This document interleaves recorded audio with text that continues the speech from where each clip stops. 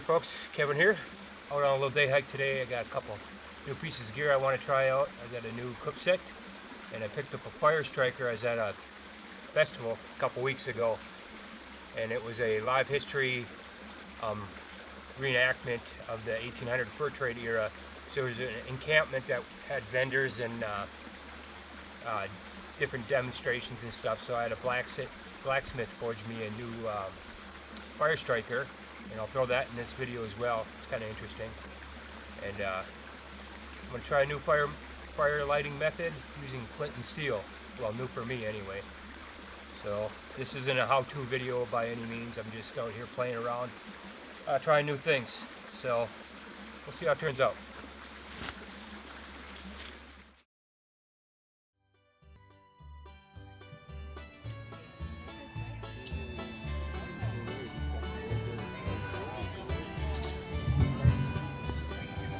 Smaller version of that.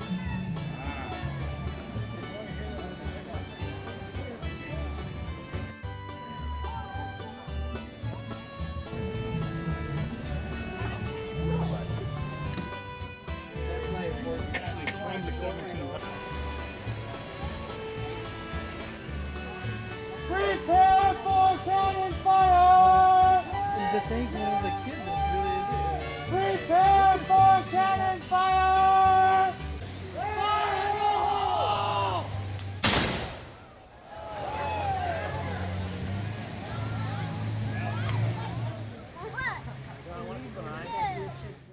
This is around 3,000 degrees right now.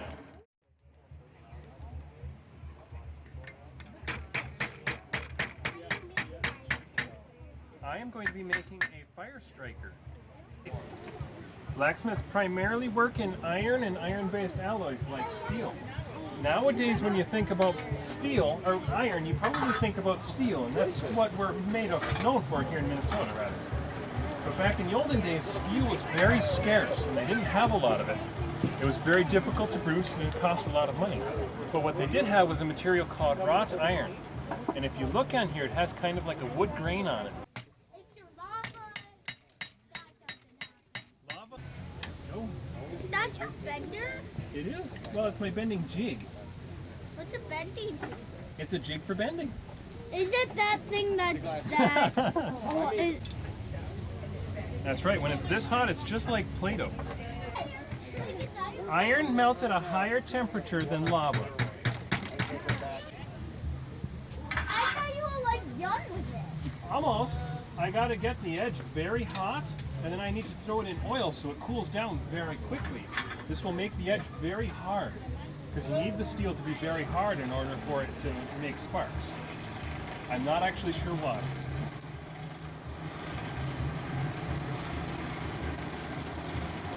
But when you're using the flint and steel, the flint is so sharp, it shears off tiny little specks of metal. And when this happens, the metal gets very hot. My tool is thick. Here we go. You got. See how it caught on fire because it was so hot? Yeah, he's cooling it in oil and it actually is on fire. There's a bucket of fire. Is it on? Yes. How hot? Hot enough to hurt. Hot as a cooked broccoli. And now it's cold. And I got to get the scale off because the sparks need clean metal to come off of. The brush attacks? I'm just cleaning it up a little bit. The brush attacks.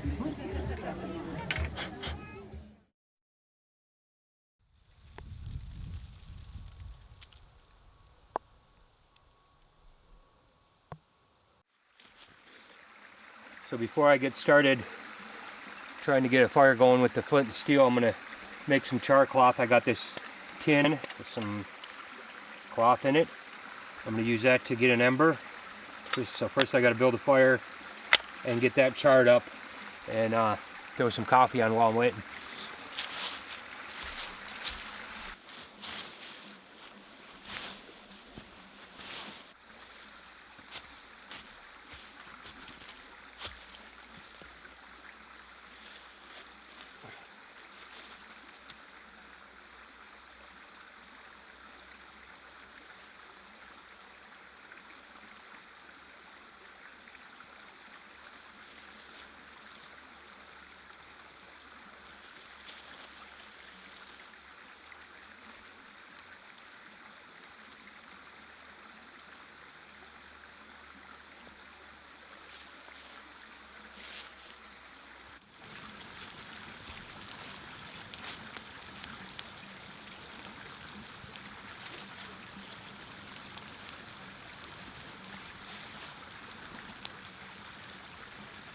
I picked up the new Stanley cook set. Nice, inexpensive piece of gear. I don't remember what I paid for it. I remember at Walmart.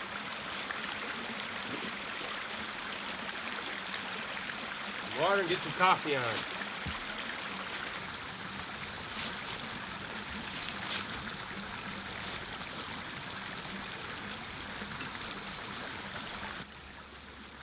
It comes with a couple of these little cups too.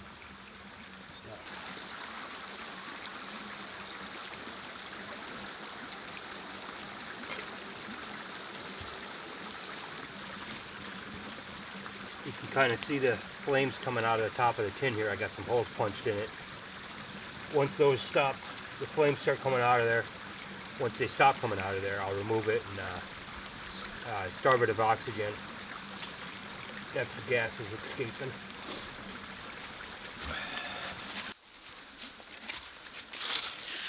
You can see how it turned out here.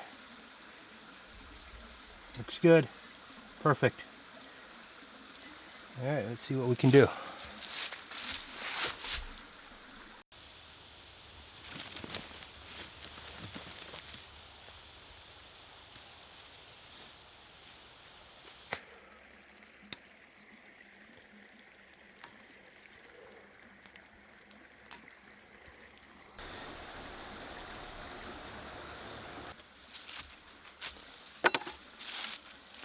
A couple nice pieces of flint here.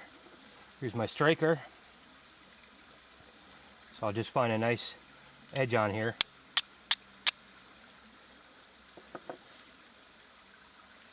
Got my bird's nest over here.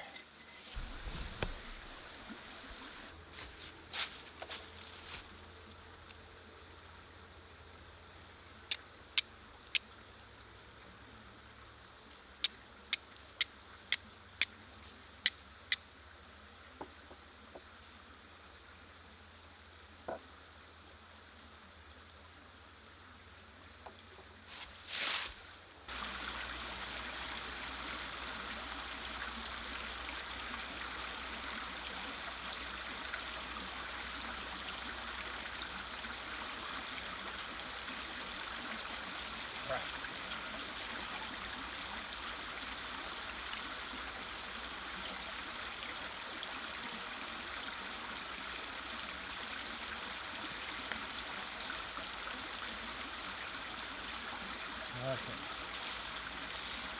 I don't have the best bird's nest here. We'll try it again.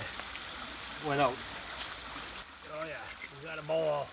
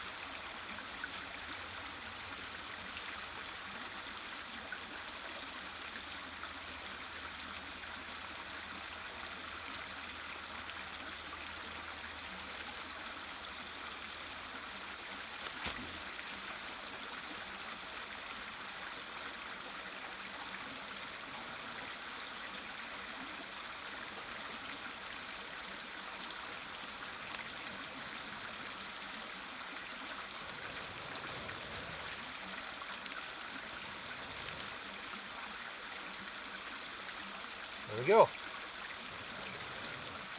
Well, that was easy.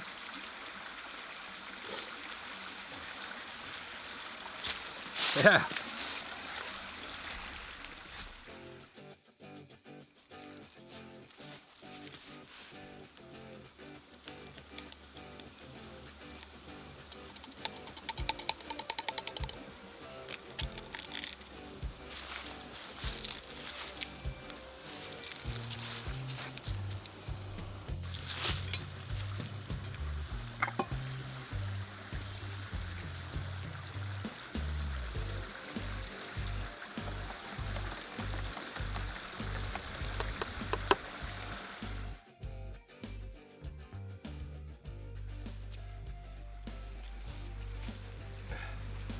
Well, that was easy enough. I think if I would have had a better bird's nest, I would have got it right the first time around. But easy enough still. I'm gonna finish my coffee here. Enjoy the rest of the day. So, thanks for joining me, and we'll see you on the next one. Peace.